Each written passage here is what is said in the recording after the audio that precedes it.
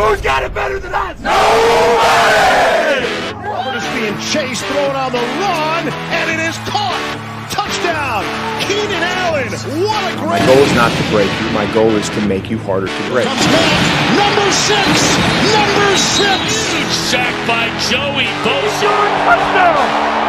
90-yard touchdown! Off at the 8-yard line by Derwin James. Sets his feet, takes a shot downfield, has Knighton caught! Touchdown! Chargers! Grab your lunch boxes and go attack this day with an enthusiasm unknown to mankind.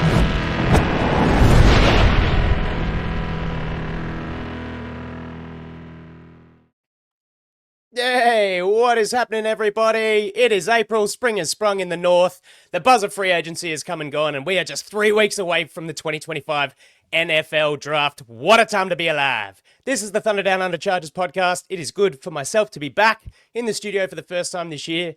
I'm with my boys Jack and Alistair, and something very exciting for the TDU crew. They're back, great friends of the show. From the Guilty as Charged podcast, Steve Haglin and Tyler Schoon. Welcome, fellas. Hey guys, thanks for having us. Happy to be here. That Phillip Rivers clip of the 90-yard touchdown will always get me going. Miss and love Phillip Rivers. Happy to be here today with you guys. Yeah, excited. That was a great intro. I'm a little jealous. I think, Steven, we got to work on our intro because that was pretty darn good. But happy to be here. Happy to be back for sure. Awesome. Yeah, I think we touch on a few copyright infringements there, but you know, it's probably a little harder for us. Yeah. You guys in your big pond probably wouldn't get away with that, but you also don't want one of these songs because your listeners will just say, "Oh, can you update it? Why do you still have this player in it? He's no longer a Charger." Yeah. It's just not worth the squeeze. Our current YouTube banner, I think, has Keenan and Joey, so half of our banner is completely useless now. Yeah. Oh, what do you do? Like, you just got to keep putting out the content, and eventually you come to the intro and outros and tidying all that stuff up. But thanks for the kind word, fellas. Yeah, it's great to have you guys taking some time out of your day to jump on. As I said, we've got the draft coming up, and figured that why not touch on a few of the recent signings for the team, and let's put together a Chargers big board and see if we can kind of put our heads together. The three, Al, Tyler, and Steve, all big tape guys. Yeah, Jack and I will be prompting questions and seeing if we can't give the fans a bit of an idea of where the Chargers might be looking or planning come April 25th. Just quickly, some new signings since the boys were on air last. The team has brought in Andre James, center from the Raiders, 1 year, $1.17 million. And Tyler Conklin, tight end from the Jets, another 1 year deal, up to $3.2 million, as seems to be the theme of Joe Hortiz. 1 year up to Tony Jefferson returns as well. And oddly, in the last 48 hours, the Chargers have signed Trey Lance, backup quarterback from the Dallas Cowboys. So a bit of an interesting one there. But any thoughts from you guys on some of these, I guess, like positional competitions? But the Trey Lance one really kind of surprised me a bit. Yeah, the up to $6 million that was reported was very high, and a lot of people were not happy about it. The comments to the Chargers post were very, very upset. He's not going to make that much money, right? Like it's just not a possibility. It's a weird contract framing, but I think at the end of the day, the Chargers looked at what happened in last year's training camp when Justin Herbert got injured and how inefficient practice was and how tough it was for them to move the football on offense in the preseason games, and said, we're not doing that again this year. So Taylor Heineke is back. Trey Lance is back. And I think they will at least be able to run an offense in training camp. And I was at one of the practices after Justin Herbert got injured last year, and the offense just had no legs to it. They couldn't do anything. Granted, the Chargers defense turned out to be very good, but at the time we had no idea what the Chargers defense was going to be. And so when they were struggling that much to move the football, it was very concerning. And yeah, Easton Stick isn't great, but it was very, very concerning to see. So they said, we're going to bring two backups in, and we're going to make sure that we can actually run an offense in training camp and in preseason. I think I understand that. the up to $6 million part is crazy, but I think Trey Lance as your QB3 is a good signing. You know, it's a good depth piece to have for this team for the summer parts of the season. Yeah, totally fine with me as someone who attends training camp and has to watch these games or these practices. After a while, I think Steven and I were at the last scrimmage they had at Jack Hammett Sports Complex in Orange County, and just watching after Herbert, doesn't play a ton or has one series or whatever, watching the rest of the quarterback play was not great. We kind of just sat there and laughed a little bit at how rough it was. Yeah. I'm watching that. And I don't know if Cornelius Johnson makes the roster last year with better play. I don't know if Brendan Rice has a better preseason or maybe even more of a role in 2024 with better quarterback play, but I think it would help. I think between those two, and I forget the third most targeted receiver that wasn't Sammy Fehoko. Jalen Johnson. Yeah, I think it was like 3 or 4 catches on 20-something targets. I mean, it was some awful number because of the quarterback play. And Harbaugh will go to bat for anybody and everybody. And even he last preseason was going, this quarterback play is not very good. Like, we need to get somebody else in here. So, of course, they go get Perez. They trade for Heineke. And that's great. Like, they started to solve those issues. So, some people in the media are having a field day with this Trey Lance thing because Colin Kaepernick that one time, and that was a whole different thing.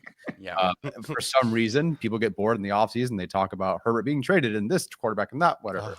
I'm fine with them adding a quarterback 3. I pray he doesn't see that incentives. I hope he take your money. Great. I hope you never see those incentives because I will be selling my season tickets at that point. Yeah. Hey, Stephen, I've got a question for you, and it's not about Trey Lance, but as a sort of an offensive line guy, I'm super interested what you think of the center position. We've got Andre James, Zion Johnson is apparently going to transfer to center or is taking reps there, during training camp. But we've also signed Bradley Bozeman. I'll kind of put you on the spot a little bit. How do you see that playing out before we get into the draft? Because that kind of might shift some things about what kind of questions I might ask as a GM. But how do you see this interior? I mean, my first opinion when I heard that Zion Johnson was going to move to center is I don't know how transferable it is. I remember you speak a lot about, right tackle to left tackle to right tackle. It's actually harder than people think it is. Mm-hmm. What's your opinion on moving from a left guard to a center position? Because what they're kind of I don't know what they're doing. Are they just trying to fill a gap and draft a center, or is it going to be one of those 3 guys? I mean, if you listen to Daniel Popper, it sounds like it's going to be one of those 3 guys, and they'll draft a potential left guard to challenge for that spot. I don't know. Tyler and I have our doubts about Zion to center actually happening. We were huge fans of Zion Johnson, and most of the draft community was. We just happened to catch a lot of flack for it because we were in Las Vegas and we were very excited when they drafted him. But the thing that he has consistently struggled with the most is how to properly identify stunts and blitzes and reacting, at appropriate times to those stunts and games. And there are definitely flashes that he can do it. But to me, taking a guy who struggles with the kind of processing stuff that he struggles with at left guard and saying, we're going to put all the processing stuff on your plate at center, to me, that's not an appropriate answer to his struggles. And that's not an appropriate answer to, his potential ceiling being played out here. So the other aspect of this that we've talked about on our show is that there were some very clear athleticism issues with Bradley Bozeman playing center last year, where he just couldn't get to the reach blocks and the pulling and the things that they were asking of him. And so Zion would definitely help there in the run game. So it clears a certain bar of athleticism that I think this offense requires, but then mentally as a pass protector, I just think it's just going to magnify his potential struggles when he has to also identify, we're sliding here, we're sliding there, this is the mic, this is that. And it just is going to place a lot more stress on him than he was already experiencing and struggling with. So that's my take. I think the run game will improve with Zion at center, but the pass protection, I think, will struggle with a little bit more. Right, and that's assuming if he moves to center that you find your left guard that works for your run game as well and pairs as well as he did with Slater. I've been very cynical this entire time about Zion playing center at all. Frankly, I think it is Zion at left guard unless they take someone at 22 to play over Zion, which I find unlikely given the needs of the roster. And ultimately, I know people want Andre James to start. I think you're going to see for a very good while that Bozeman is the starter. And sometimes it's just follow the money, like Occam's razor. What's the most simplest like answer here? Simplest rationale. And like Bozeman's cap hit is $5 million. And I think he has more guaranteed money this year than Andre James' entire cap hit. So I just think you're going to see Bozeman start for a while. I don't know if that's all the way to like week 1 and then suddenly like, okay, they finally make that decision or what, but I think people are going to see and maybe be surprised by Bozeman actually being the starter for a good while in the offseason. I don't know how much they're really going to change things. From my perspective in the draft, I think they do have to go get a guard because one, I think you want to upgrade from Zion or get ready to move on from Zion next year. Or I've heard that teams think that the Eagles were very lucky to get as many games as they did out of Becton, given some of the injury history there. And I think the Chargers need to be prepared for a guard to slide into that right guard spot or just, be the guy next year ahead of Zion or instead of Zion. Yeah, you'll see, Stephen. You actually played and know about the O-line. Jack is our resident O-line guy amongst the three of us, so now we kind of defer to yours better Zion and center knowledge. Yeah, works for me. I think I've got a question that opens up maybe a broader discussion about the offseason, and we can use the Tyler Conklin signing as evidence. So you signed Tyler Conklin, a player who is a contributing tight end. He's had pretty steady, dependable play at 2 different spots. Excellent hands, right? Doesn't drop the ball. If you want to see one of the better red zone touchdown catches, you look at the one last year against the Patriots. Rodgers zips it in. Ball doesn't move as he's getting hit. But I think this offseason, entering the process, Chargers have $90 million of cap space or thereabouts, second most in the league. They have stuck steadfast to this approach that they don't really want to overspend in their minds. They don't want to shop at the top of the market. So far, they haven't even traded for, a Mark Andrews or a Dallas Goedert or someone who might be viewed as a plus player at their position. They've been happy to roll in guys on short-term contracts rather than extend on 3-year plus deals. Do you think there's any room for criticism of that approach? I'll let maybe you take it first, Stephen, but interested in it because, you can see each of these signings. They make sense on paper. They fill a role, but maybe are they limiting the ceiling on this team? And should they have made some splash with all that money? Have they been too stubborn? I think there's definitely room to criticize there. And I would actually use the Poona Ford situation as kind of like the main thing there, because if you are going to be conservative in your external free agents, I totally understand that approach to a certain extent. You take your value signings and there is some merit, right, to being a little bit more conservative there. But the Ravens have done that while also retaining their own key pieces. Like in Baltimore, they very, very rarely ever let a player like Poona Ford and what he meant to their team walk in free agency for what is really a manageable contract. It was reported as like 3 years, $30 million. Really, it's like 3 years, 26, 27.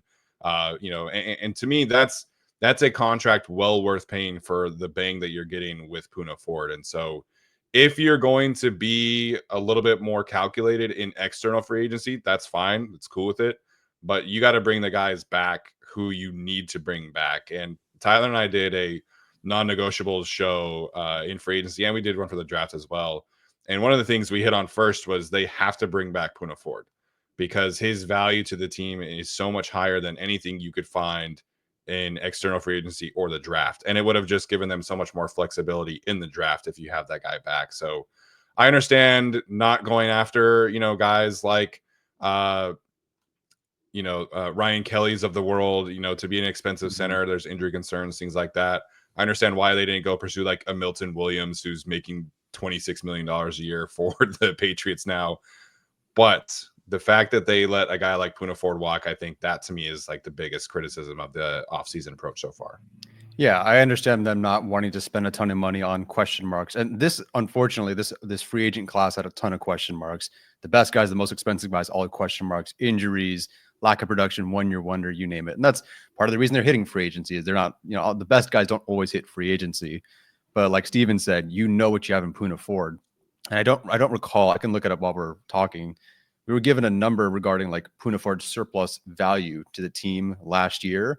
And that number exceeds what the contract, his cap hit would be this year with the new contract. So like, sure, he'd be making more, but the value he brought to the team last year in terms of surplus value, like the dollars assigned to how much value he brought, would be more than the cap hit this year. So even if you gave him that quote unquote bigger contract, he still provides more surplus value where it's still worth it to you. Like if it's, I don't know, $5-6 million cap hit this year, he plays like 10, whatever it is. So I was definitely bummed by that. I think I appreciate the idea of trying to draft proof and get like signing Conklin, I think is wonderful. Signing James, I think is wonderful.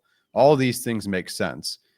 The best way I can describe, though, kind of how I feel about the Chargers right now, and that's before they draft 10 players and they could sign plenty more, trade for others. The best way I can describe them is I don't think that the team right now can beat the Texans they played last year. And I like looking at this team right now with the small adjustments that they've made. Do I get to fly to Houston and watch them win that game if this team played last year? I don't think so. So I think that they are. Did you fly to Houston for that, Tyler? I was there for that one. Sure I got did. to be there in person for that Red-eye flight too. Red-eye flight. I was there and back in 24 hours. That was neat. Had a great time other than the 3-4 hours I was at the game. And really it was just a half. Yeah. So I think that they are like draft proofing themselves. I think they have a higher floor throughout the entire season. But push comes to shove, you're in the playoffs. Is this team competing with the teams in the AFC that got there? I really don't think so right now. But they have 10 draft picks, and we'll get into the draft. I would have liked one true big needle mover. And you could argue that's Becton. But again, I am still concerned overall. So we've said all this same stuff. It sounds like we're all in alignment. Yeah. Andy, why don't you tell us a bit about this Australian guy who we've seen pop up, because that's what we really want to talk about on Thunder Down Under, right? Before we get into this big board.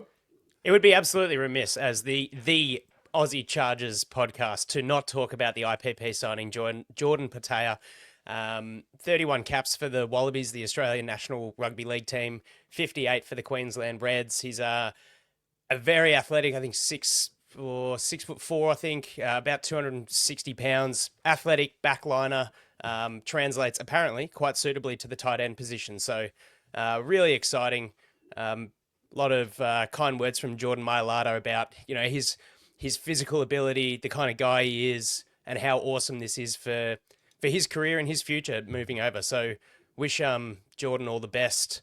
And yeah, look, hopefully he lands himself. I mean, IPP's got that exemption sort of spot on the roster.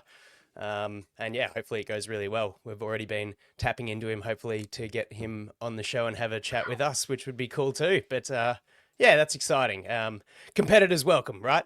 And that's sort of the vibe that I've got with a lot of these 1-year deals. Sure, there's the Joe Hortiz comp pick system. If we can get like a Najee Harris in to have a great year and then he walks next year after his deal runs out, then it works well for the comp pick formula. Andre James coming in as well, resigning Bradley Bozeman. It's all getting guys in to compete for the spot and find the best sort of make us feel better about Trey Pipkins not playing at right guard and being a great backup tackle, right? Like, put guys in the position to succeed as best as possible rather than forcing them into a role that we need. And, after 1 year, we can only do so much, but now there's a little bit, not as exciting as you guys have said with not making the splashy signings, but there's obviously a philosophy there. So, yeah, without further ado, guys, let's get stuck into the Chargers draft board. The meat and potatoes of today's show. Like I said, Jack and I are going to utilize our 3 scouts, Al, Tyler, and Steve, and we're going to take a look at what the Chargers need and what is the value at the various picks.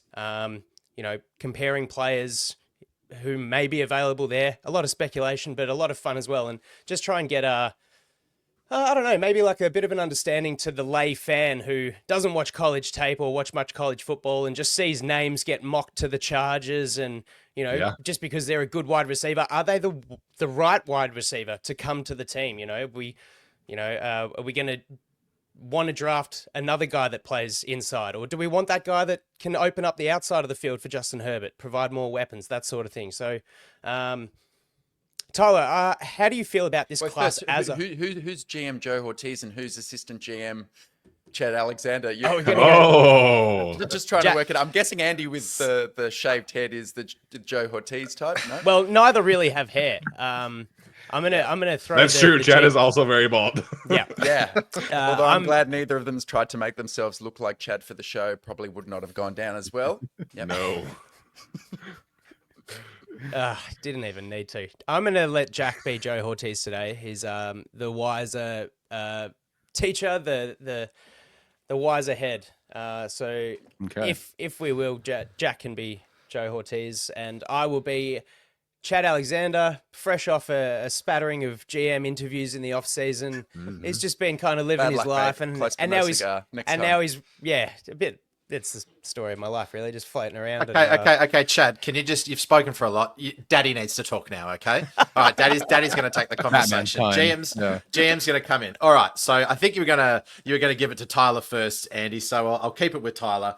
But my first kind of question is, and this is what I want you to do, all three of you, is that where do you think the best value positions are on days 2 and 3?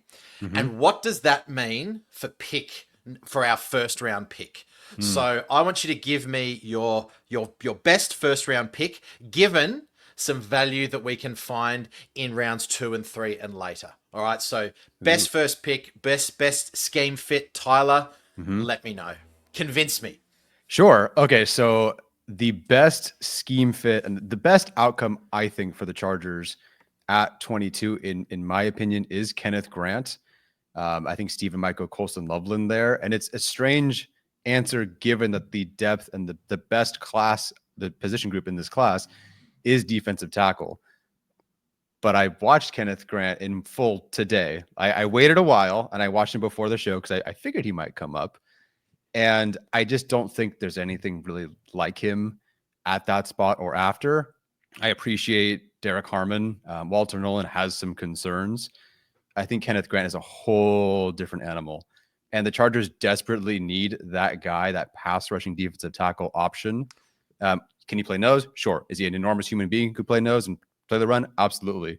What he did when I watched him like 2023 against Ohio State, just absolutely bulldozing offensive linemen.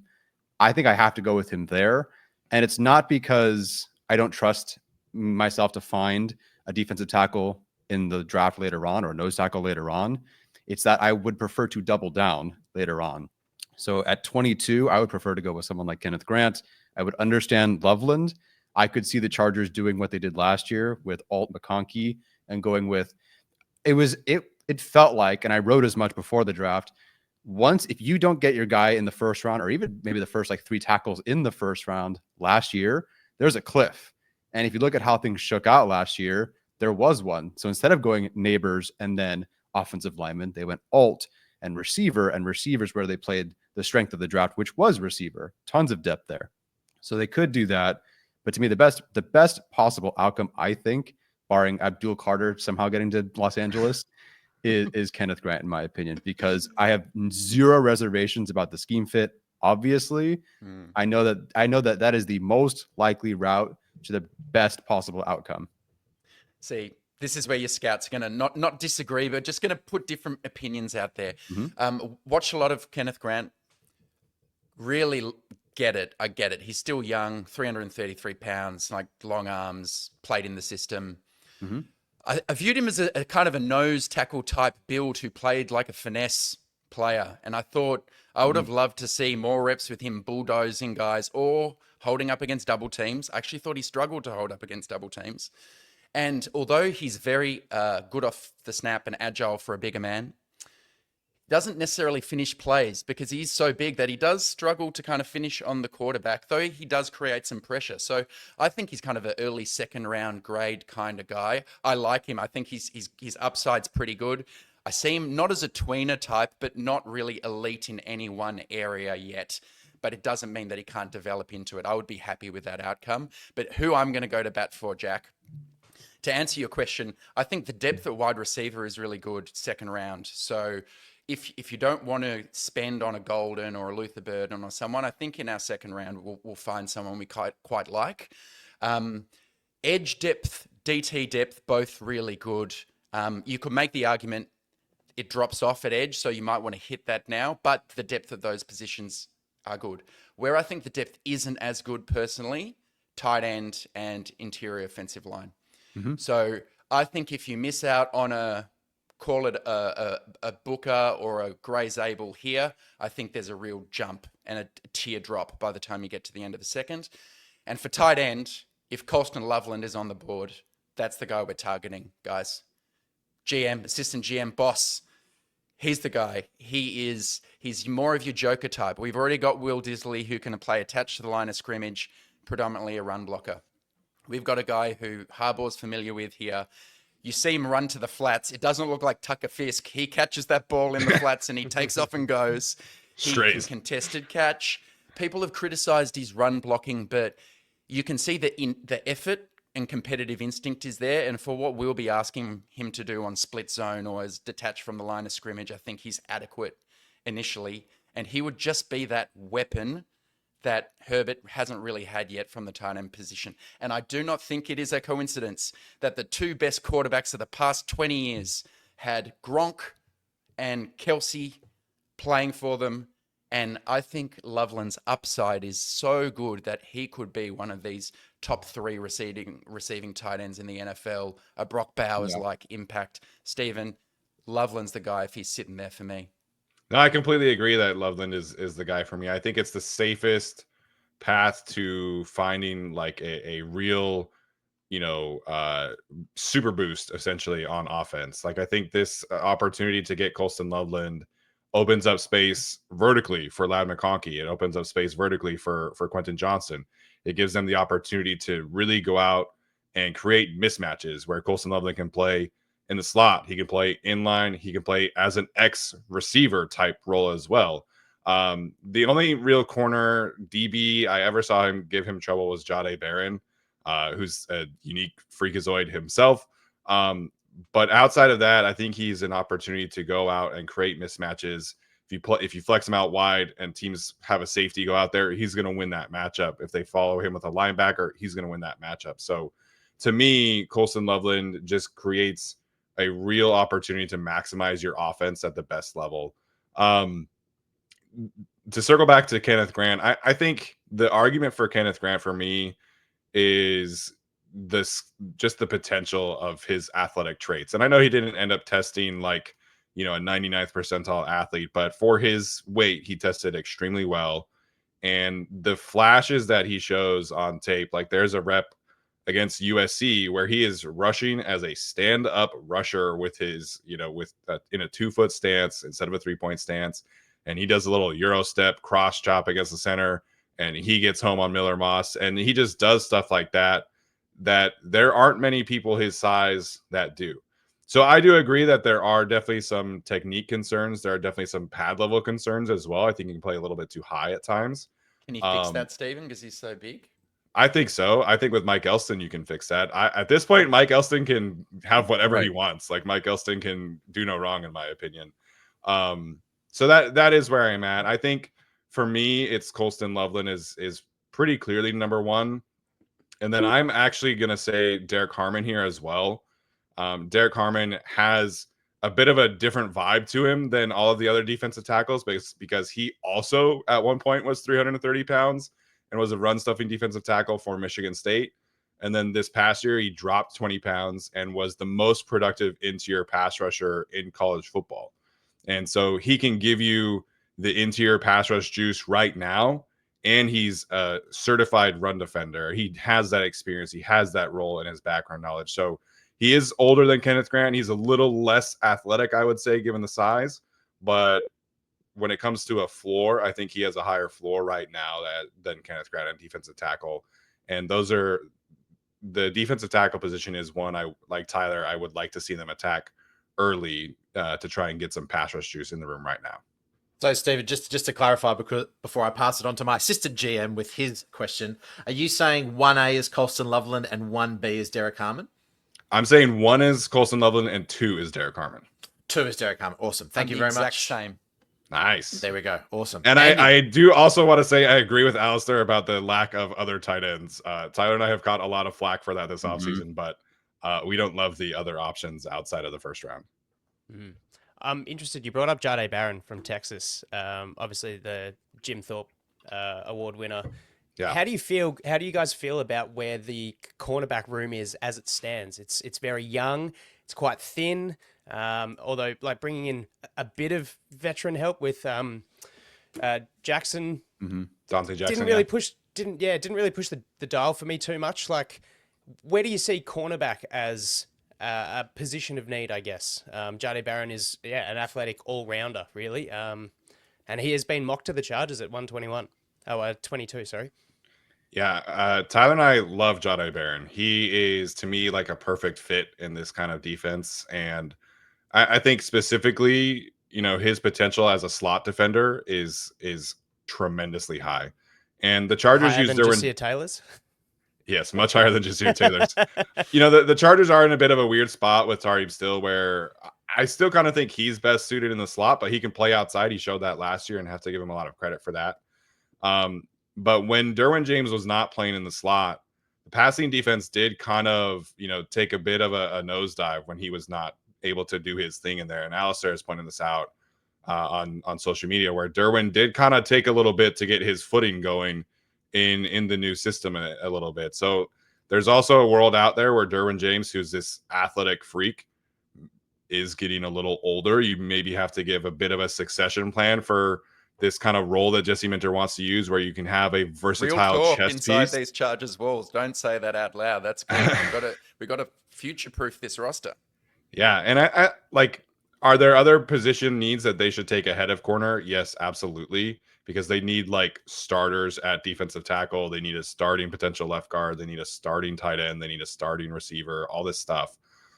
But if you're just trying to take the best football player, I think there's a real argument that Jahdae Barron is graded higher than the guys that we are talking about because of his potential as a slot corner, outside corner, safety as well, which he did at Texas, ran super fast, jumped super high, can blitz, can tackle. Like, he is, to me, like the prototypical Jesse Minter defensive back, where he's not a corner, he's not a safety, he can just move around and play everywhere. And the Chargers need somebody else besides Derwin James to do that. And so if they took Jahdae Barron, I would completely understand. I think it is on the table. It's just not my preferred option given the position needs on this team. Yeah. So I guess full disclosure, if I'm thinking Barron is gone, everything about him pretty much checks every box, and apparently he's had great interviews as well. So I think he's gone. If he's available, that's who I would be taking. Like, that is the direction that I would go. That's your top guy. Yeah. My assumption. Yeah. Sorry, Grant and Harmon and all these guys. I love Barron. And frankly, like, when Barron makes Loveland disappear in a game, I think that kind of means something. When you think Loveland can go at 22, I like the guy who can make that guy disappear, especially with Jesse Minter. And part of that is just the fit. Like, I could give like a rock and a shoe to Jesse Minter, and they're probably second team all pro. So I know if I give Barron or Grant or Harmon or any of these guys to Minter, they're going to be pretty good. Circling back to the question of like, how do you view this corner room, and like, what do you do with corner in the draft? It's really, really tricky, because I had this issue last year where I said, like, guys, like, this is not a good corner room heading into the draft, and maybe even frankly after the draft, because they just didn't have like a great set of corners. And those things show up against a Mike Evans or a Nico Collins. And this year, if you look at, I've said it a million times, but like, if you look at their opponents they're about to play, if Evans and Collins gave you trouble, Neighbors and Jefferson and these guys and CeeDee Lamb, I mean, the receivers they're going to face this year, where you do need a number one guy, it's going to give the Chargers a lot of trouble, no matter what Jesse Minter really can do. Even someone like Marvin Harrison Jr. in 2023, they did the best they could, but ultimately, like, Marvin was Marvin and he had a great day. So they could technically address corner as early as 22. I could also see them waiting until day 3. Because they paid Jackson enough money where he's going to play. That guy is more than likely going to play. I've heard they're happy about both corners, but they're higher on Tarheeb still. Obviously, he played more last year. Like, that's not any secret or anything. So I think Tarheeb plays on the outside. I think Jackson's your other starter. But I at 22 or any other selection would understand corner. I completely get any decision they make at corner. But at some point, I would like them to get that guy in the room. It's a tricky group. I don't think Will Johnson's falling that far. At the same time, he's got his own question marks to answer, multiple injuries. But obviously, like, you feel good with Minter. Yeah. So I get if they take one at 22. I get if they went like Darian Porter in the second round or one of the Kansas corners in like the third or fourth round. Definitely different options they could go. But I feel better about this room because of Jesse Minter. I still don't think it's an actual good corner room. Mm-hmm. I'll keep it quick, Andy. I think something Tyler said there is interesting, which is we kind of lack that number one corner who might be able to slow down elite wide receiver ones. As much as I love Jahdae Barron, which I do, I'm actually not sure this is the cornerback class that has a true lockdown number one corner. I know if you might dream that big and that Jahdae Barron's a Trent McDuffie, I could get on board with the argument. I do think he's pretty much that good, 5'11", 194 pounds, fast, great coverage first player. Will Johnson has some question marks, good scheme fit, but I think he gets grabby at the route stem. I think he knows his long speed isn't fantastic. Excellent zone instincts though, oily hips, trap corner, fantastic. I'd be a bit concerned with him at 22. I'd be open to it, but more concerned than Barron. And Benjamin Morrison's another guy who's fantastic, but comes with the injury issues. He's got multiple hip injuries in his background. So I don't know if corner at 22 is the way to go. And outside of that, I don't think it's the strongest corner class. So if it's Barron, let's have a chat about it. Otherwise, let's maybe survive with the current group for another year and let Jesse Minter work his magic. Real quick, Alistair, what are your thoughts on Trey Amos from Ole Miss? Yeah, I watched Trey Amos. I thought he might have been a bit better for a man heavier system. I thought he enjoyed the physical side of the game. I'll just go my notes. Quick feet to bail and mirror a receiver downfield. Speed doesn't seem to be a problem covering deep vertical routes. Enough agility to squat and break on quick slants from off man. Question marks. Didn't look as comfortable to me in zone coverage. Some pointing and post-snap confusion with teammates in 3-by-1 groupings. Gets caught looking at the quarterback with insufficient coverage awareness. Blah, blah, blah. Good That's player. Fair. Not for me. I do think that Jesse Minter would like to play more man coverage than he was able to this last year. His scheme at Michigan, granted he had much better corners, and he comes from this Baltimore style that does play a lot of man coverage. He does. So I think they played a lot of zone out of necessity. I don't think he ideally wants to keep playing that much zone. I think he wants to play a lot more man coverage. So Trey Amos and Uzariah Thomas from Florida State, although he's more of like a second round option for me, but those are two guys I think would allow him to play more man coverage. Okay. Good chat. As we're going, I'm sort of taking little notes that we can revisit at the end. It'll be interesting to see what people think. From a conservative point of view, what are some players, or who is a player, what is a position of need, or what is a position that we should avoid drafting in that first and second round? So there's been a little bit of chat about Taitoa. I can't pronounce his name correctly at wide receiver, perhaps coming to us at 22. Me as Joe Hortiz, I want your opinions on guys that they kind of look cool, but it's a bit of a red flag maybe. Specifically at 22? Or even in the second as well. Early-ish. So okay. Yeah, early-ish. Yeah. Yeah. So obviously Steven mentioned Harmon. I mentioned Grant. In a negative way, I'll mention Nolan, who I think is a guy who you can see the upside. I get it. You see one of these guys every year. There is apparently quite a bit regarding off the field issues that I think will not at all fly with the Chargers. Won't disclose, like don't want to overshare, but it just sounds like someone who has flashes quite a bit, but isn't super consistent, who has this quite a bit of a rumbling of off-field issues. That's a player I think I would avoid going for at 22. Yeah, Alex Katzen on our show, who attends all the Senior Bowl stuff, said that every team went out of their way to ask Walter Nolan if he truly loves football. And apparently Nolan got really frustrated in some interviews and did not perform super well in those interviews. Other than that, I wish we could share more, but the character concerns are very real there. In terms of pure positions, I am avoiding wide receiver at 22 in the first round. I don't think the value of this wide receiver class really is that different between what you're getting at 22 and what you could get at 55. Matthew Golden shows a lot of flashes, but he had like 35% of his production in 2.5 games. Yeah. And that's a very risky bet. Like when you compile, it was good production though. It was a lot of fun, like objectively, like a great tape to watch. But when you compile statistical portfolios, his statistical portfolio, is one of the worst of any potential first round receivers we've ever seen, because he's just not been that productive across multiple seasons in college. Luther Burden, to me, he's fun, but he's very redundant with Ladd. I think they're basically like the same kind of player where slot, yak, vertical stem, I find them very redundant. Emeka Egbuka also plays a lot in the slot. He'd be my choice of that group, but I don't think that really solves their issues. So wide receiver at 22, I'm avoiding. And then to circle back, tight end at 55, I'm avoiding. It doesn't sound like Mason Taylor is going to be available anyway, but him, Elijah Arroyo, like that next group of tight ends, Harold Fannin Jr., there's a lot more question marks to me about how they translate to the NFL. And so I'm avoiding those two positions in the first 2 rounds. I just talked about Colston Love in the first round, but when you're isolating by each round in position, that's kind of where I would stand. Good discussion. I'll stick on the red flag topic. A few red flags for me. Guys, I want to distinguish between like character off-field red flags and on-field red flags. Sure. And, yeah. We might want to decide which is important and not important to us. Mm-hmm. Walter Nolan, concerned with me is you hear the off-field stuff. And when I watched him, I watched 4 games and I saw 5 dumb late hits and I saw him arguing with referees and I saw effort that ran hot and cold. So forget the off-field stuff and maturity concerns. I didn't like the consistency I saw on the field. That's totally fair.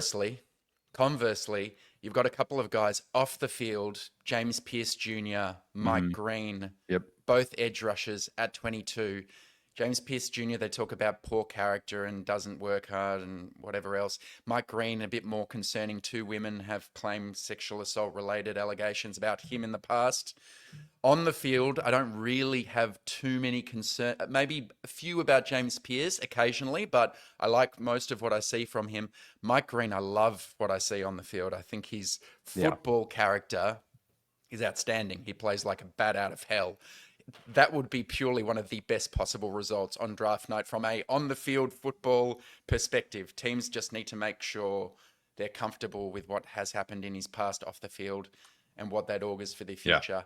Last one, Luther Burden, because you touched on him, Stephen. He's another guy who, on the field, I just saw him take a few too many reps off. I saw him demonstrably upset at Cook, his quarterback. I saw run blocking effort being poor. Non-existent, I would say. Non-existent. And you hear off the field, he was a 5-star recruit, stayed in Missouri, and you hear a bit of diva stuff about him and reports from interviews with him, not so good. He's explosive, don't get me wrong. You can see why he's a first-round caliber prospect.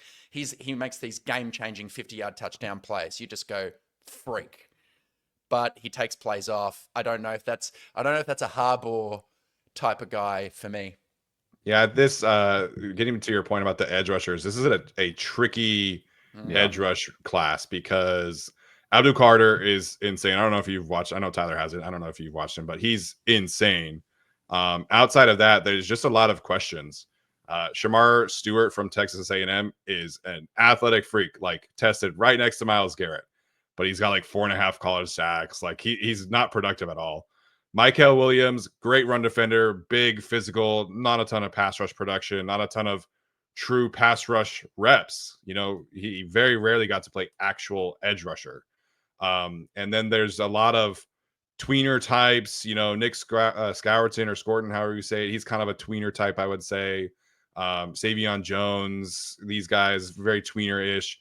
And then there's a lot of smaller guys, a lot of smaller, fast guys who I think could bring some value to the Chargers. But it's a tricky edge rusher class to sort because there's just a lot of question marks. And so I think that's why maybe a guy like Donovan Eziraku has kind of been shooting up boards recently, is because he's very clean. You know exactly what you're getting. There's no character concerns that we know of. By all accounts, he's aced the interview process, tested lights out. I have some concerns about his run defense tape, but he can get after the quarterback. He's fast, he's bendy, he's twitchy. He can actually do some pass rush moves. Speed to power a bit. Yeah, the power profile is not my favorite. But if I had to choose an edge rusher, he's probably the one just because he has the fewest amount of question marks in this class. Yeah, I can't say much about the entire draft class for the edge rushers, at least. But those early guys, I mean, Shamar Stewart has more missed tackles than quarterback hits in his college career. And that's not great for a player that might go top 10. And I feel like every year there's that guy who's like, we can make that player work and we can get him to do this and that. And it just doesn't work out over the guys that are just, hey, good football player. Yeah. So I could understand why Ezeraku would have a better year one than maybe Stewart. And maybe Stewart in 3 years is proving me wrong. But guys, with our coaches, I'm with you. Football player production or trust our coaches, because Shamar Stewart's effort's awesome. Very good run defender. I'm a bit lower than him in general because I lean towards football players with demonstrated production and just trust to bull rush every rep. But get him in with Mike Alston and Jesse Minter. Right. You've got your ball of clay who is as athletic as Garrett and Mario Williams and Trayvon Walker. Maybe with this coaching staff, he's the type of guy you do consider. Yeah, I think I don't remember where the Ravens took Owe. I think that was the end of the first round when they took him. Wasn't a player that I loved, but he had all the raw potential. I think his RAS was awesome as well, and he's turned into a very solid contributor for them. But I'm glad you mentioned edge rusher for sure. Regarding receiver, I haven't watched McMillan because I never was going to really watch McMillan because he was never supposed to be there, and now apparently he might be there, so I will have to watch them. The best way I can describe the receivers kind of in that range for the Chargers at 22, other than McMillan, who I have not watched, is that McConkey would be my receiver one in this class. Now that's specific to me. I loved McConkey. He was my wide receiver 5, but he would be my receiver 1 over Golden, over Egbuka in this class. And so do you take someone I like less than McConkey at 22? I don't know. I get what you guys are going for with that second, maybe third round, depending on who's there, that being a kind of a sweet spot. Tricky after that on day 3. Oh, then today for edge rushers, we did a 7-round mock draft with Steven, Alex, and I. Took 30 players, and none of them were a pure edge rusher. And that's kind of how the class might be. Yeah. Again, I haven't watched everybody, but it's when you're doing these mock drafts, it's really tricky to find a spot where you would want to take an edge rusher for the Chargers. So we kind of floated the idea of using the 6th-round picks to trade up and maybe have 2 4th-round selections kind of thing. That would help allow them to find a true edge rusher. But yeah, overall the edge rush class, I think I went into it thinking oh man, this edge, there's so many names, right? But then Alistair kind of laid it out. Mike Green has the question marks, James Pierce has the question marks, Shamar Stewart, Michael Williams, all these guys have question marks, and you can kind of just keep going down the list. So edge is tricky for the Chargers. I think that might become kind of like a post-draft signing. See what kind of veteran. I could see being a 3rd or 4th, right? Like a Josiah Stewart, Michigan, Oladejo, UCLA, David Walker, Central Arkansas. Maybe that's the kind of spot that you would think about it. But I totally agree.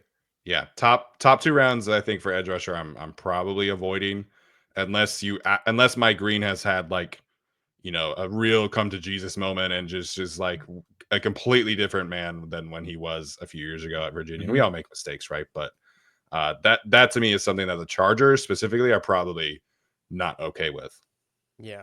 It's an interesting one because, we talk about the opposition that the Chargers are facing this year and the need to either have a true CB1 or you generate the pressure on the passer by boosting up the edge group because we've lost Joey Bosa, Khalil Mack's turning 34.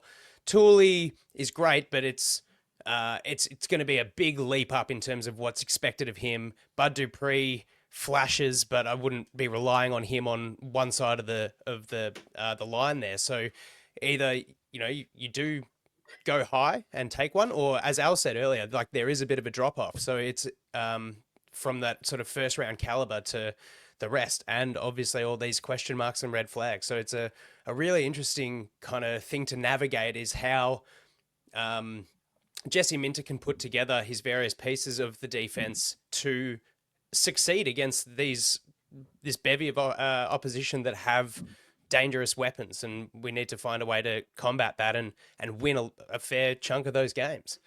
But yeah, you've sort of touched on a couple of guys in the late day 2, early day 3 that might be able to work into the fold. So that's great. I want to go I feel like there's a lot of chat and noise, and I'm one of the guys that maybe at 22 it's a little bit different, but I'm not big on running backs in the first round. But I as I said, I didn't watch a heap of tape, but throughout the college season, Ashton Jeanty was just unbelievable. And there's noise of Amari and Hampton being mocked to the Chargers, Trayvon Henderson, the 2 guys from Ohio, Quinshon Judkins. How do we see the current running back group with the addition of Najee Harris? Obviously, J.K. Dobbins hasn't been either cast out or brought back. How do we see the running back group as being a position of need for the Chargers heading into this draft?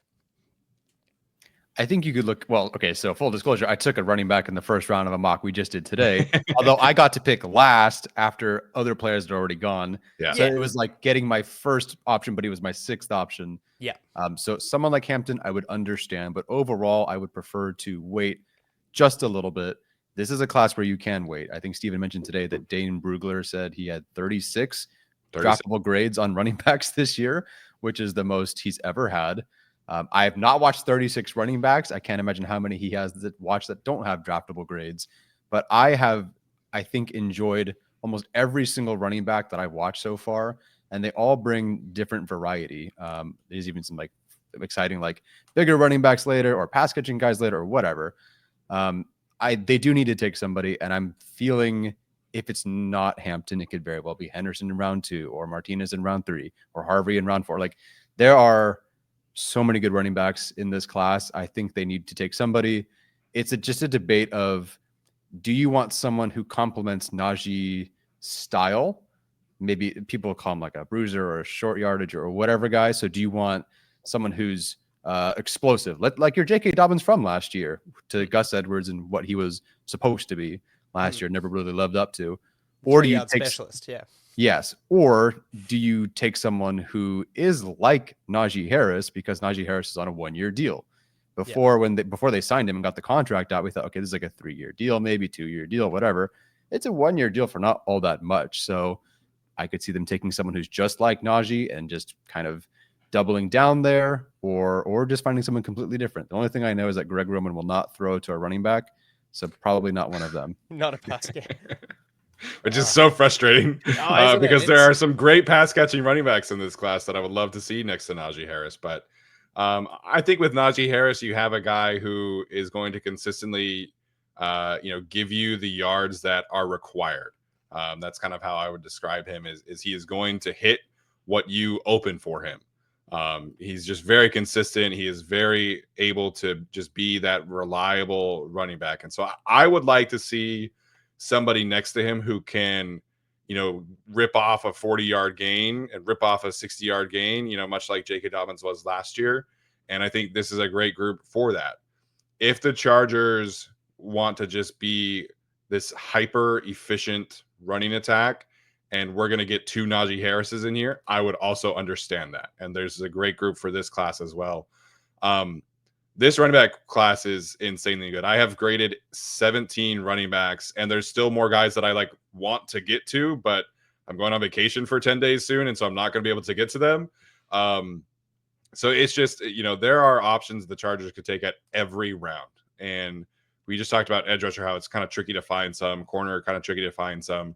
They could take a running back at any spot, and I would totally get it. And to me, the sweet spot is like day 2, 2nd round, 3rd round, where you can truly get the most value, where you're still getting a high end level of talent, but you're not necessarily paying the premium of the 1st round pick. So I love Omari and Hampton. He's on my list for potential options at 22, but I generally prefer to see them wait and get one in the 2nd round, 3rd round. And, it's kind of like Tyler laid out, like if you take this player here, who can you get later to kind of stack up? I think it's much easier to find a running back later in this class than the other positions that the Chargers need. Yeah. Same. If Hampton is the pick, my response would kind of be not thrilled, but I get it. Very good back.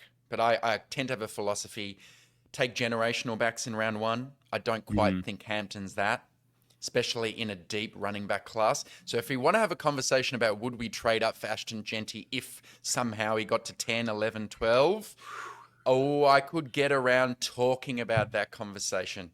That's expensive to go Otherwise, from 22 to it will be 10, very 11, expensive. 12, but right? he might be that type, that quality of back, and we've invested the resources in this offensive line. It might be a good time to plop in an Ashton Genty and make that really the focus of the offense. Otherwise, I would hold, as they've said, lots of running backs in this class. Yeah. Is this where we can talk about a player that we're much higher on than other people? Because I have a guy that I would like to bring up here. Sounds like Let's you want do to it. talk about something, Let's hear it. I love Damian Martinez from Miami. He is one of my favorite running backs to watch. And it's kind of becoming a little, all of the film guys like him now. But the first thing I always look for in a running back is if your offensive line sucks, how really good can you be? Can you create yards when your offensive line cannot? And Damian Martinez does that consistently. He did it consistently at Oregon State, and he does that consistently at Miami. His ability to make people miss in a phone booth is right next to Ashton Genty in this class. He's not as athletic as Ashton Genty. He's not as big as Ashton Genty, but his ability to make people miss behind the line of scrimmage and create those yards is second in this class in my regard. So I love him. I think he's incredibly consistent. He's not the most athletic guy in the world, but he is going to turn 2-yard runs into 6-yard runs and 3-yard runs into 8-yard runs. Our scheme? Yeah, so good. And he has a true, I'm a workhorse closer mentality where he is going to end games and he is going to make you regret having to tackle him. So I love Damian Martinez. I see him continually get mocked in the 4th, 5th round. I think he's a 2nd-round player all day. I think he should be a top 60 selection in this class. I currently have him graded higher than Quinshon Judkins. I have him higher than DJ Giddens. So I love Damian Martinez. If the Chargers took him at 55, I will be the only person who is probably excited, but I would be very excited. Ooh, where do I have Damian Martinez? I definitely have him close to the top 5. What do I have? 1, 2, 3, 4, 6. Did I not add him to my big board? That's hilarious. Well, I do like him quite a bit for all the reasons that you said. He's not. You don't have him on your sheet? Hold. Cogs 10. There he is. I don't have a draft. He's on my him, but grade. Yeah, he's cool. Okay, everybody, we're gonna Control F this. We're gonna do some serious detective work here. Oh yeah, there he is. I have him at with the disclosure that I did not add. Wow, do I really have him as? Oh, I have Armor as RB4. Okay, there we go. Yeah. That was a long way to get me to say RB4. Yeah. To me, if you're into advanced analytics in terms of EPA per rush, he has the 2nd highest EPA per rush in this class outside of Ashton Genty. So he's very, very efficient. Just consistently hits those, big gains that you need from a running back. And I love that he produced in a scheme like Miami that's very gap and power related, and then also outside zone related in Oregon State. So I'm a huge fan of Damian Martinez. Alistair, do you have any high upside guys that are not necessarily, don't have to be running backs, just general upside guys that maybe we can find at 55, like someone, a Damian Martinez? Yeah, okay. I'll go to a wide receiver and I'll take a flyer on Trey Harris from Ole Miss. And I know people will have different views on this, but Tyler loves him. If you're looking like a vertical X, take the top off, pretty good hands, contested catch, pretty freakish in a lot of respects. And if it hits, you're looking at like a true wide receiver 1 in the league. I think Trey Harris is that guy. The caveat is he comes from an offense that's very difficult to project to the next level. They basically run 3 routes, a hitch, a go, skinny post, or, the deeper slant kind of thing. Very limited route tree. And as a result of that system at Ole Miss, they get very little press coverage because they have 2x2 stacked formations. So defenses play off the ball. So you don't really get to see him do a lot of NFL stuff. Yeah. But other guys there's relevance to the passing game at the Chargers with that, isn't there? Because, if you've got 2 guys on the outside, or you're going to tend to have one of those receivers running that go and like vertically while you have the tight ends inside, as Greg Roman likes to sort of run. That's why we brought Mike Williams in to do that for a year. Guys who've played in these kind of offenses before and have hit include AJ Brown, DK Metcalf. You know, I'm not saying he's them. That's why it's not a true comp.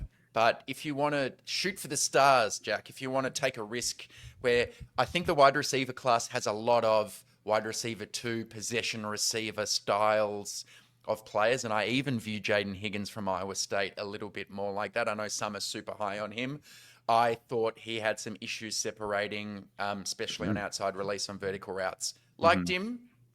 I've got him as my 6th wide receiver. But Trey Harris, although I've got him at about 8th or 9th, if you want to go for the upside, he would be my guy at the end of the second round. Yeah, I love Trey Harris. I haven't settled into exactly where I'll have him, but I do like him quite a bit. I do have him over Higgins at this point. Regarding separation, I would suggest or posit the idea that Higgins' contested catch, the frequency and how often he had to make contested catches was not just quarterback, but also the lack of separation. And therefore, he had to make contested catches because he did not separate. So I had some issues there. The reception perception profile of him was not great either, which maybe suggests that the separating, because that's not based on like quarterback play specifically. That is more just the receiver. Are you getting open is like, it's his whole thing. And like, he doesn't care how much separation you're creating. He just charts like, are you getting open? Yeah, right. So definitely concerns there. I do like Harris. I'm a stickler for yards per route run versus man, and he's the leader in this class in that. Generally, that does help. Trey Harris is a player I will be very happy if they take it 55.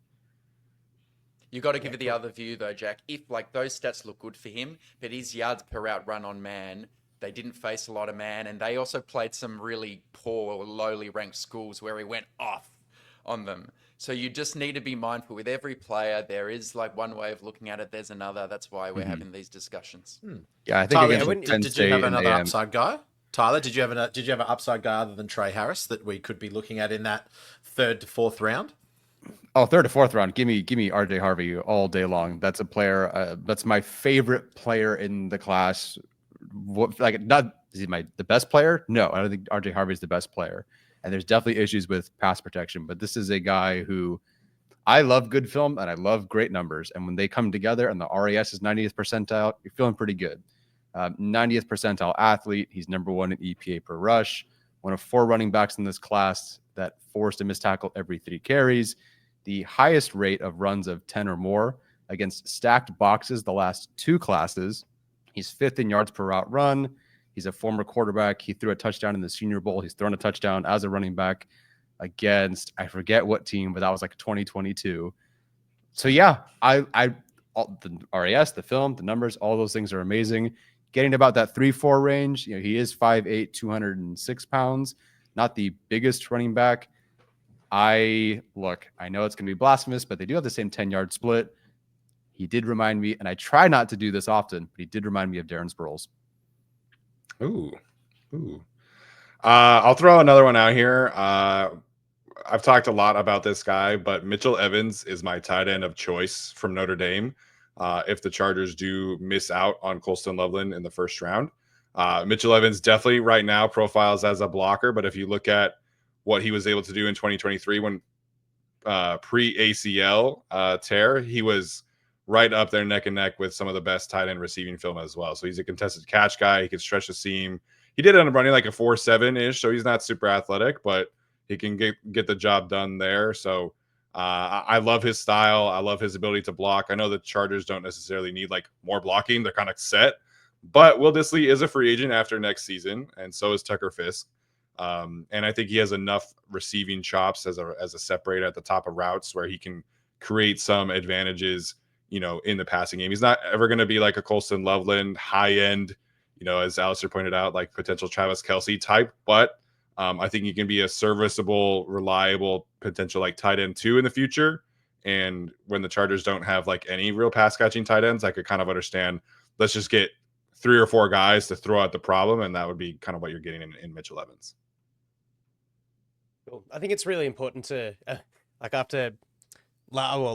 last year we landed Ladd McConkey, but you know, as the free agency kind of passed and we didn't take a Devontae Adams or like that wide receiver one, I think it's really important to get a few names out there that are really viable options as that guy that can kind of take the top off and maybe grow into the wide receiver one for Chargers fans, so that if Colson Loveland isn't taken, or like, we go down the DT path at 22, Chargers fans aren't blowing up going, what is going on with this team? And, feeling like Green Bay Packer fans, we're just never going to draft a good wide receiver, that kind of thing. It's good to know that there are viable options, in those later rounds for your listening. But yeah, look, we've gone edge. I think in the last few minutes that we run this topic, we know that this team likes to build from the trenches. We've talked about the defensive side of the line.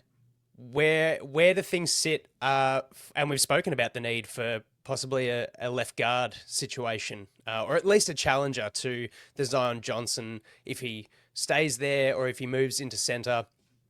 Where are we on the offensive line in this draft, guys? Steven? Yes, Stephen, you can take this, man, because I've done the first 8 offensive linemen, but if we're talking second, third, fourth round, I'm still getting through it. Yeah, I think if you're talking second round, that's probably a Tate Ratledge question. He does have some injury history to him. So he had tightrope surgery on an ankle. He's had a Liz Frank injury, so he does have some foot issues.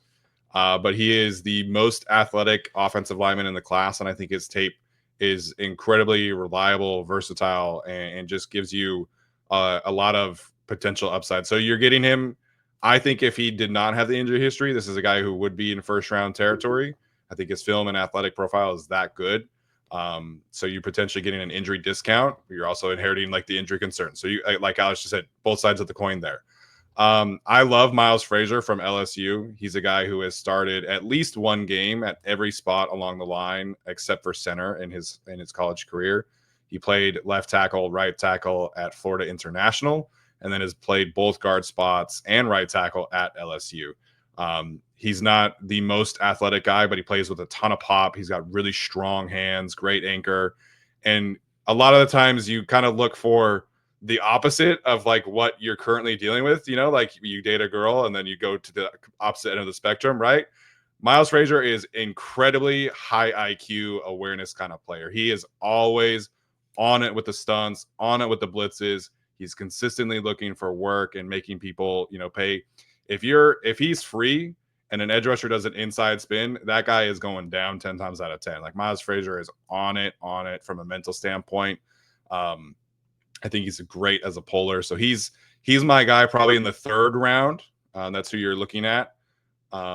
Day 3 is a little tricky. That's where it does kind of shallow out. I think you have some good options day 2, but day 3 is probably more where you're looking for, let's get a center of the future option in here.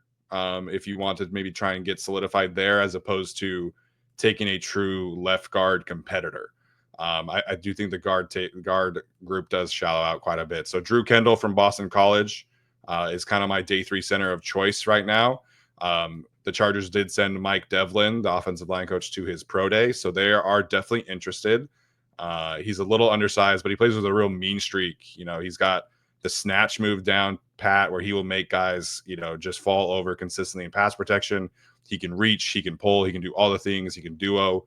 But he does have a little shorter arms and he is a little undersized, but I do think he would be a nice scheme fit for the Chargers. So if you're looking for a starting guard potential, you probably got to talk about that in round 2, round 3.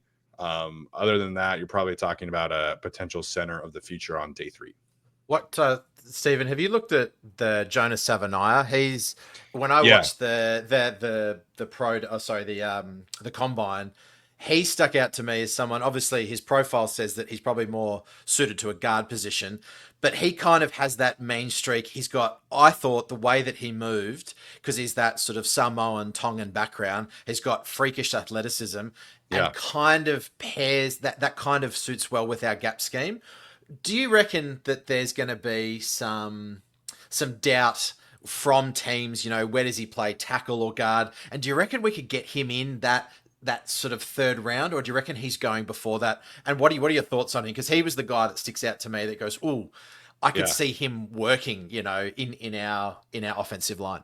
Yeah, so he's played both tackle spots in college, and he has one start at right guard. So he's done it before. He had the Big 12 conference did their own pro day where every prospect from the conference came instead of like each individual college. And at that pro day, he said that he wants to play guard. Like he feels like his style and his tenacious mentality will play better at guard. And I agree with him. And I think it's great that he's kind of jumping ahead of that. To me, he's just somebody that I think should go before pick 55, to be completely honest with you. I think you look at this guard group, and again, it's really, really good on day 2. You have Donovan Jackson in there from Ohio State as well. I don't love Tyler Booker personally, but in the second round, I think that makes a lot of sense. I think Gray Zabel is a good guard as well. So you have good guards that should go in the range of like the 30s and 40s for these teams who need offensive line help. And that's where Jonah Sabainea should fall in line. I love his potential in this offense. I just kind of think he will be gone by 55. If he's not, yes, I would gladly take him. I do have him graded higher than Tate Ratledge, and he doesn't have the injury concerns. So that's a good potential spot there for him.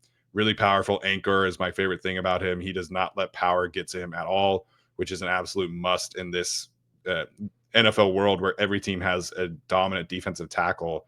You got to be able to anchor down. He's got a great anchor, great hands, run blocker, athleticism, all that kind of stuff. So I'm glad you brought him up because I am a big fan of his as well. Awesome. Thank you. That's really good analysis. Thank you very much. Of course. I'm glad we got to offensive line stuff. It makes me happy that we can. Have you guys watched Jalen Rivers at all? The tackle from Miami. So Brandon Thorne has him as a guard, and I think he'll end up being a guard, but he also stayed behind at either a pro day or short combat or whatever it was to practice center because teams wanted to see him play center as well. So keep an eye on Rivers because there could be a Rivers to Herbert snap connection. Be fun. So what was his name, Tyler? So was Jalen Rivers? Jalen Rivers out of Miami. Brandon Thorne has him pretty high. I like him quite a bit too. There's an injury history there that is concerning, but when you're starting to get that 3rd, 4th round range, not everybody's obviously clean. So I could definitely see them being interested in him. The Chargers clearly don't mind taking a bigger tackle guy and moving him inside. The Ravens had plenty of guys who ended up being a center for them that were tackles as well. So I would just keep an eye on that one, I think. And again, for the Rivers Herbert vibe alone. Yeah, Emory Jones from LSU is another one that a lot of people have talked about as like a guard convert.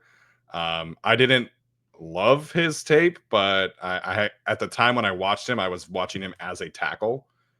So he's somebody that I again, if I had more time and wasn't going on vacation soon, I would revisit and watch as a potential guard convert. And then Wyatt Milam from West Virginia is another one that people have kind of suggested that he play guard in the NFL. I happen to think he could hold up at tackle. I agree. He's 6'7", so again, kind of that similar profile, but he doesn't check the arm length. So he's got 32-inch arms. He's got little short arms, which is unfortunate because he's so tall. But he's a good player, man. I think the tape is really good. So again, I think he could play tackle, but I know some in the offensive line community believe he should be playing guard at the next level. So maybe that one. But yeah, if you're looking second round, you're talking about Sabainea, Tate Ratledge, 3rd round, Miles Frazier. And then I think you're kind of pivoting towards let's just find a center option of the future. Yeah.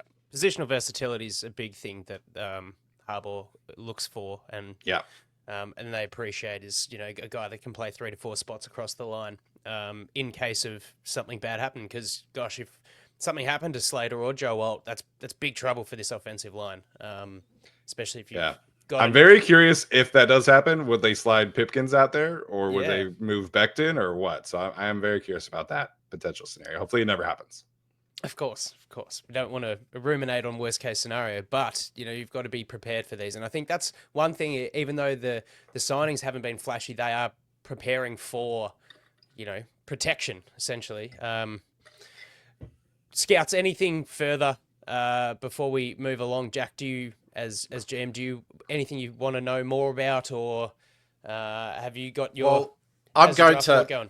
Yeah, it's good. It's not necessarily a draft board as such, but I'm going to just ignored everything they've said and just done your own thing. No, I haven't. I'm gonna hold the scouts to account now. All right. So I'll sort of take us through sort of discussion point by discussion point. So for the listeners, if we have someone like a Kenneth Grant, a Colston Loveland, a Derek Harmon, or a Jade Barron in round one, starting with Alistair, going to Tyler, going to Stephen, this is it. This is when you got to pick.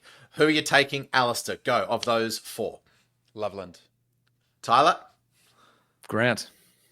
Stephen? Loveland. Okay, it seems like we're taking Loveland with our first pick. I'm sorry, Tyler.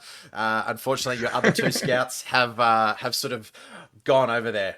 This is not necessarily a selection, but red flags for the Bolts. We really shouldn't be looking at wide receiver early in the draft. We're looking at tight end, perhaps if we don't hit Loveland. Stephen, I think you said we need to wait until a little bit later. There's quite a big drop off. Edge, we're really not looking for. So kind of if we do draft an edge, it's a bit of a red flag from us from these discussions. Then are we taking running backs? You know, we're looking at, I think there's versatility from what everyone said, is that you can find someone in the second round, you can find someone in the 5th, 6th, 7th, which is good because I think the Chargers do need a running back. Stephen, you're looking at Damian Martinez. You're also looking at tight end Mitchell Evans if we don't get Loveland in the first. Alistair, you're looking at Trey Harris. Tyler, you're looking at RJ Harvey, this athletic freak that comes out of Miami. And then when we got to the offensive line, names like Tate Ratledge, Miles Fraser, we've got sort of Drew Kendall from Boston College, Savaniah, all those guys might be taken before the second round. And to finish us off, we've got a name of Jalen Rivers out of Miami as well, the Rivers to Herbert connection from Tyler. So we can put all those up on our Twitter as well. We can give it to the GAC. I'll sort of condense it. But those are some really good names, I think, for our listeners to be looking at. I reckon that's a really targeted Bolts draft. So thank you very much. Yeah, no problem. We could have spent another hour just on the D tackles alone. Yeah. But Defensive tackle and running back, man. It's an awesome year to need one of those guys. Yeah, for sure. It does sort of bode well that there are potential options working on the outside, like a Mark Andrews or a Dallas Goedert. If Warren and Loveland go before 22, and you've got a pick of potentially a great defensive tackle, like it's not the be all and end all missing out on one of those guys when there is supplementary option, floating around the free agency market, but plenty to sort of sink your teeth into if you aren't quite over all the prospects and sort of where maybe the mindset and the direction of the Chargers head office is going heading into the draft. So thank you, the three of you guys, for all the work that you've done for, watching tape, putting it all together, making it relevant to Chargers scheme and Chargers football.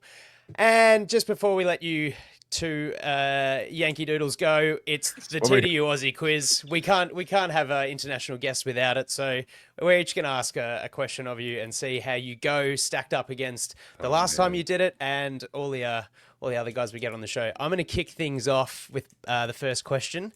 I couldn't leave out a question on venomous spider or insect, something that'll kill you. Everyone thinks, you go to Australia and there's a million the Chargers. things No. Yeah. So my question is, what is the nickname given to the newest and largest member of the Sydney funnel-web spider species, arguably the most venomous spider in the world? Is it A, Aragog, B, Chompers, C, Shelob, or D, Big Boy? Oh, so they give them like nicknames. Okay, so I recognize two of those, obviously. What was the I know second Aragog one? and Sheila. What were the other two? Chompers. In Australia, like big teeth are called your chompers, yeah.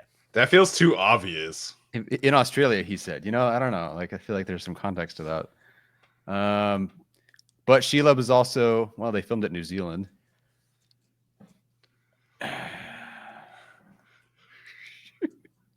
My brain's going like to the last one just because the other ones are like pop culture or too obvious.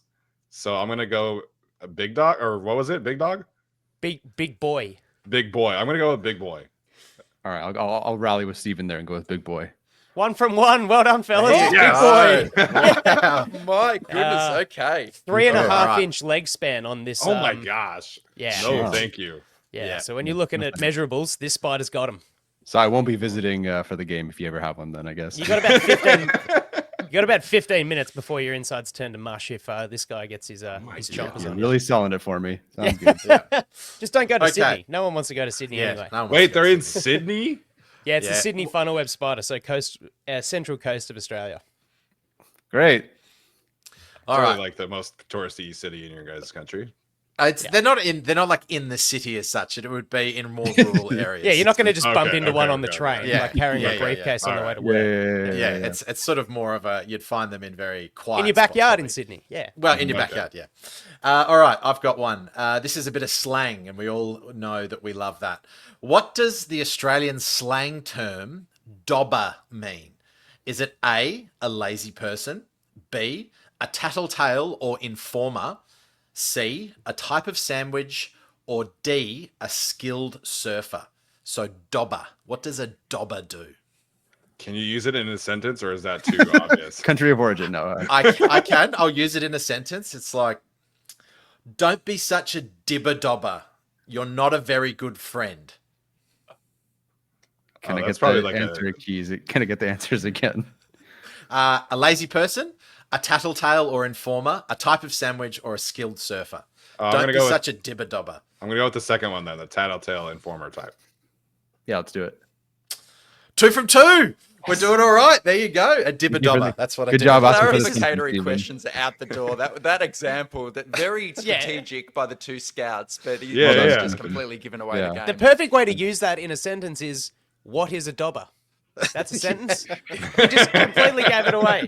Type of sandwich, you're a bad friend. You're a type of sandwich. Unbelievable. Hey, I don't know what's Hey, all right, you're a chance to go 3 out of 3 on the Aussie quiz. Out of interest, have any of us developed a bonus question? Because I haven't. I could do one on the fly. All right. This is, as you saw from Jack's beautiful synthesis of our previous segment, he's a teacher, very good at distilling information. I know you guys have teaching backgrounds. Teachers also have to be good listeners. And there was a clue earlier in this show about this answer. Which Australian Rugby Union Super 12 team did recent signing tight end Jordan Pataya play for since 2018? A, the New South Wales Waratahs. B, the ACT Brumbies. C, the Queensland Reds. D, the Western Force. I want us first instinct is the Queensland team. Sure. Final answer? Yeah, you gotta say one different answer than me, dude. Well, once he gave the sentence on the last one, I was in agreement with you for sure. It's a joint answer. Your co-hosts. Okay, Work fine. it out.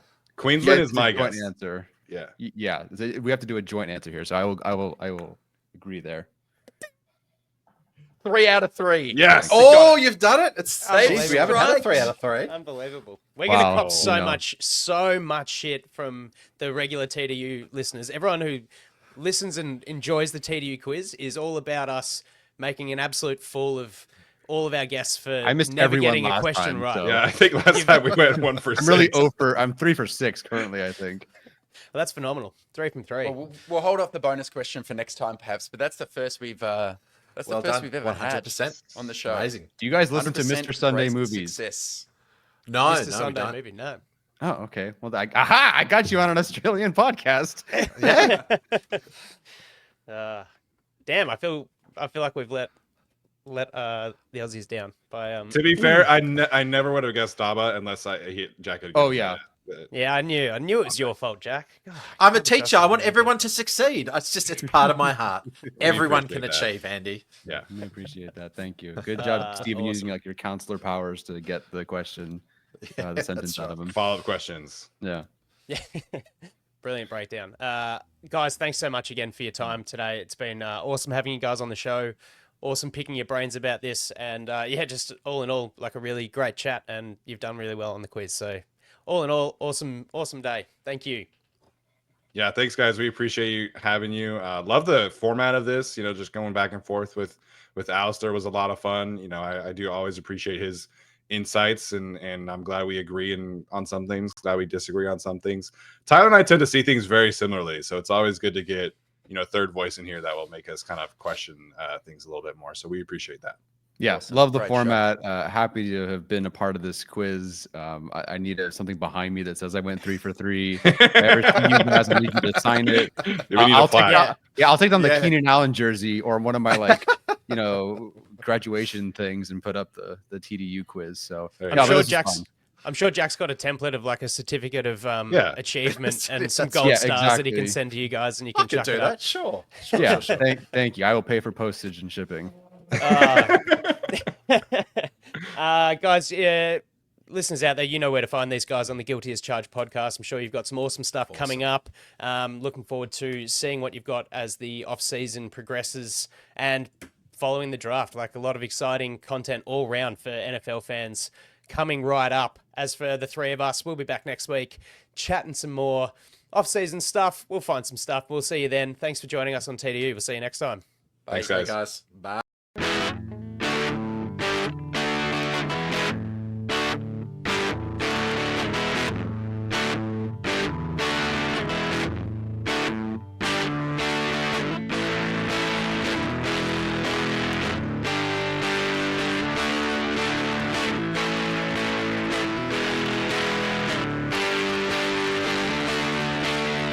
Rivers back pedals looking, firing. He's got Floyd turning. Got it! Zigzag, 10, 5, high step, touchdown!